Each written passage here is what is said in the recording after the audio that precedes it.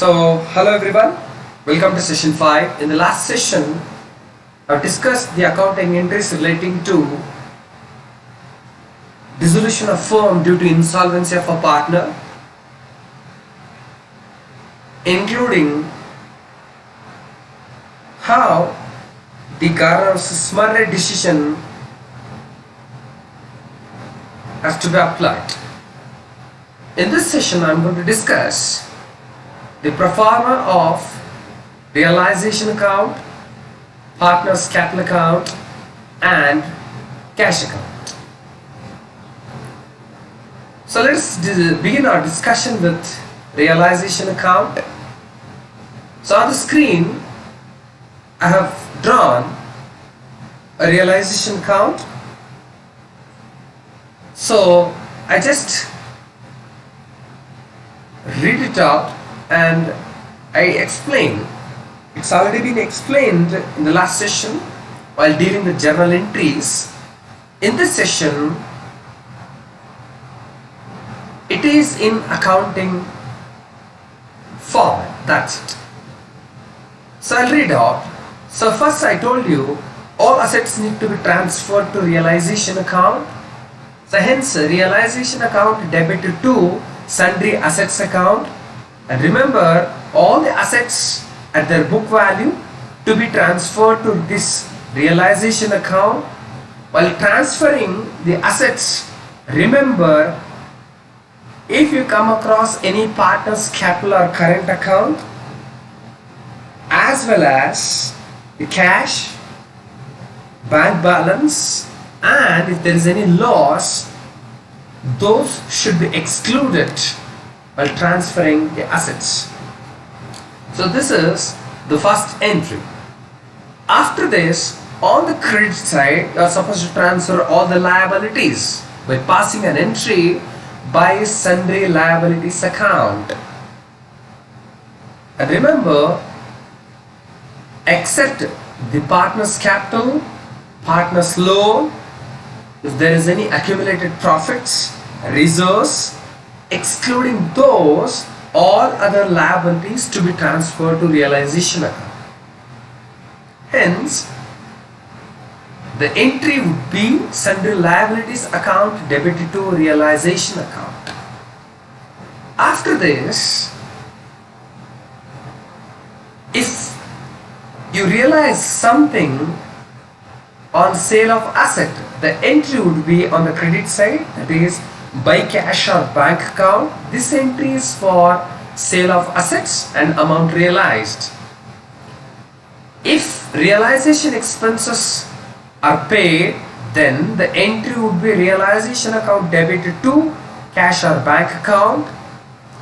After that, if the liabilities are paid off, the liabilities you have transferred here, if they are paid off, an entry should be made realization account debited to cash or bank account. This entry is for liabilities paid off. If an asset is taken over by a partner, then partner capital account need to be debited.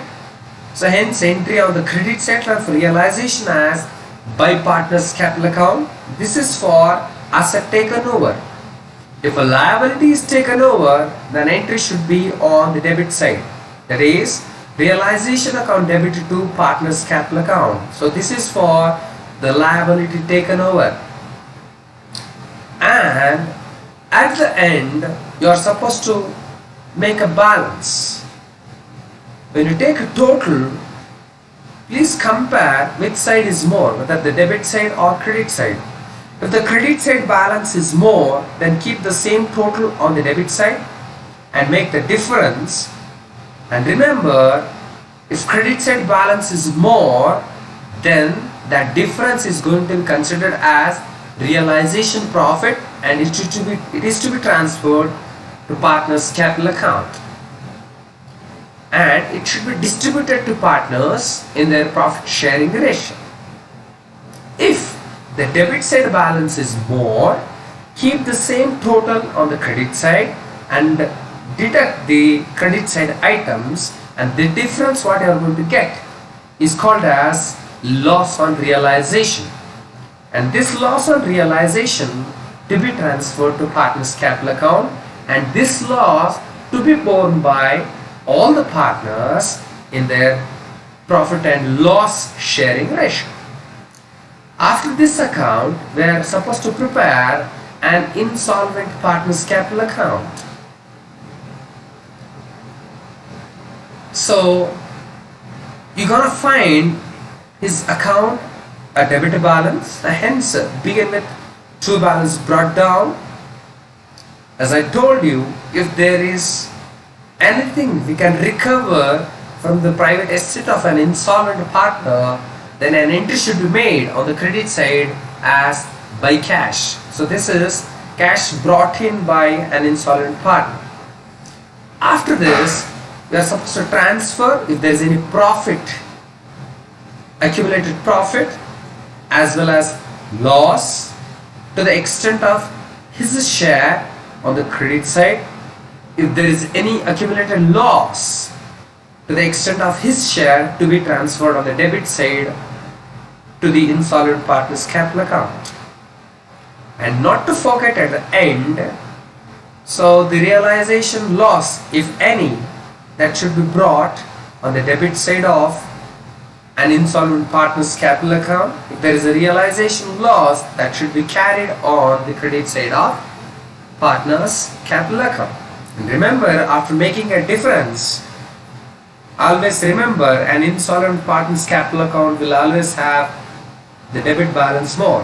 Hence, so same debit balance to be kept on the credit side, and the difference what you are going to find out, that should be borne by the solvent partners in their capital ratio. So hence the entry would be by solvent partners capital account. After preparing this insolvent partners capital account, prepare solvent partners capital account. So begin with the credit balance, that is Y balance brought down. I have taken example of X and Y.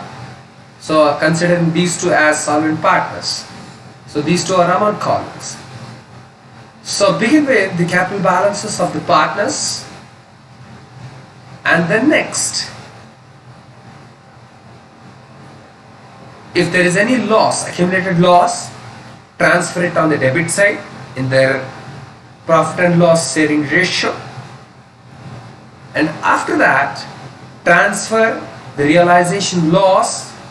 And friends, remember the decisions of Garner vs. Murray. It says that the solvent partners have to bring in an equal amount equal to the realization loss. Hence, if there is any realization loss, please pass an opposite entry as by cash, that is equal to the realization loss on the credit side. And if there are any accumulated profits or reserves, even transfer those accumulated profits and reserves to these solvent partners in the profit sharing ratio. After this, take the total on the credit side, keep the same total on the debit side, and the difference, and remember one more entry, that is to insolvent partners capital account. So this is the entry just now we dealt in insolvent partners capital account here. So we have written on the credit side as by solvent partners capital account. So this entry will appear on the debit side of solvent partners. So according to the decisions of Garner vs. Murray, the capital deficiency of an insolvent partner should be borne by these solvent partners in their capital ratio.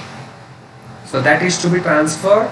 After the transfer, take the credit side total, put the same total on the debit side, and make the difference. The difference is to cash or bank account. So we are going to settle the solvent partners capital by making their payment. After doing all this, at the end, prepare a cash account. So if there is a cash balance, we will begin with two balance brought down.